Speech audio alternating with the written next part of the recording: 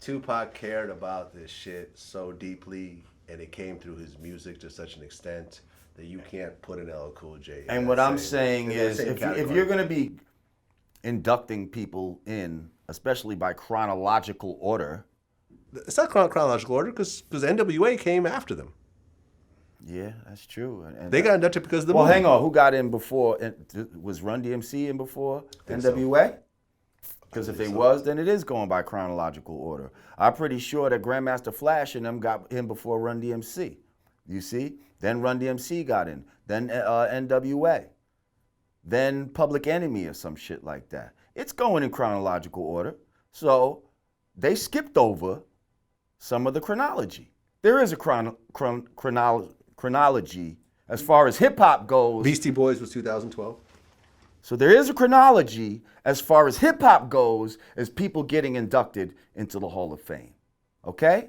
So if we're going to go by said chronology, you can't just skip over LL Cool J. I think that's part of what Chuck is trying to say. Okay, I see where you're going with this. Mm-hmm. I see where you're going with this. LL Cool J was definitely before. Definitely Tupac. Before.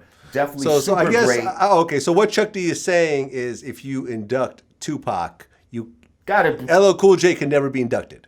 Based I don't on. think he's saying that. I think he's saying if you can induct Tupac, if you couldn't even nominate him, well, God damn it, you should have nominated LL before this. You see what I'm saying? Public Enemy came way after LL Cool J.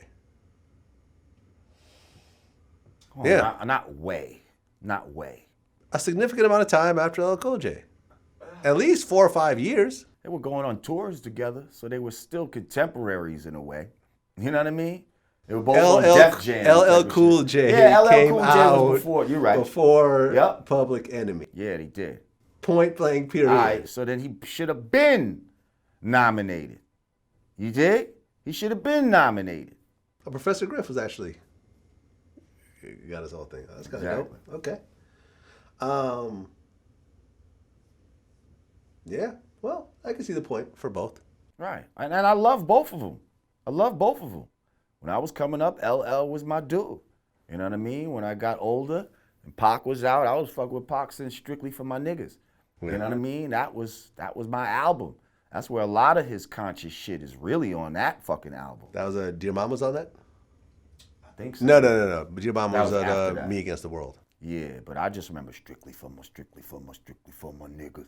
That shit right there. That's I think I Get Around was on that.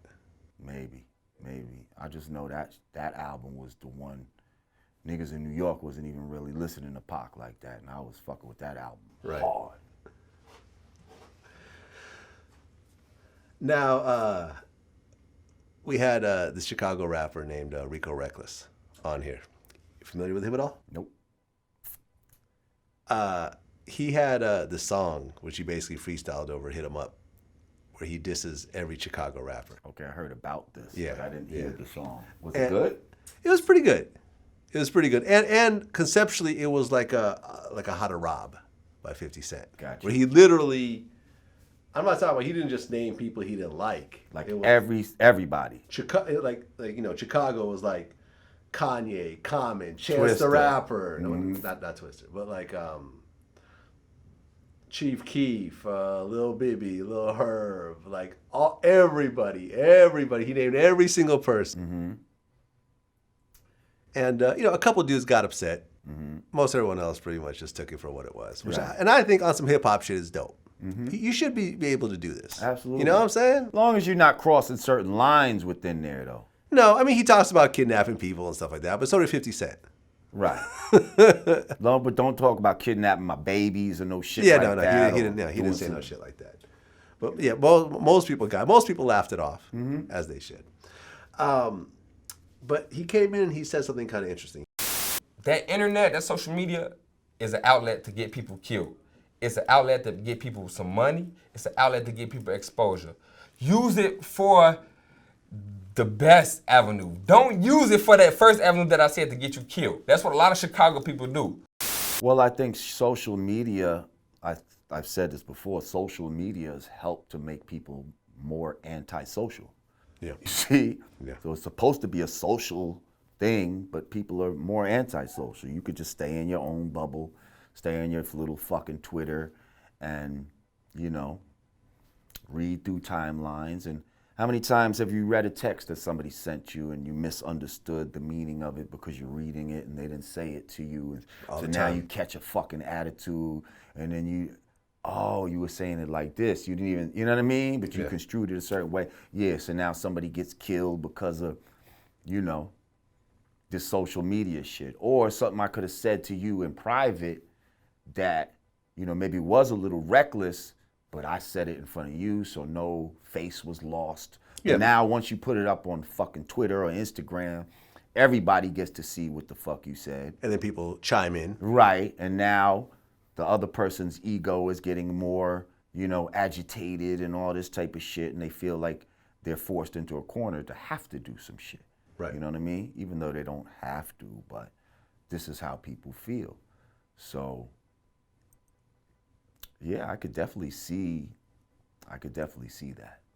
Right, because someone explained to me once that the reason why a lot of these Chicago rappers have so many views on their videos is because a lot of them are affiliated in one way or another, whether it's a gang or a neighborhood or a block or a clique or whatever. So you'll have your supporters and your enemies watching Yeah, the video. exactly. Just to see what the fuck you said. Yeah. Did you talk about my homie? Blah, blah, blah, blah, blah, Yeah. blah. And people start gang banging in the comments and all type of shit. And it's like, that's the thing. They have so many enemies that their enemies are sitting there supporting their stuff to such a point where it's causing the numbers to jump. And then once the numbers jump, then everyone else says, oh, 5 million views. Let me go check this out. Right.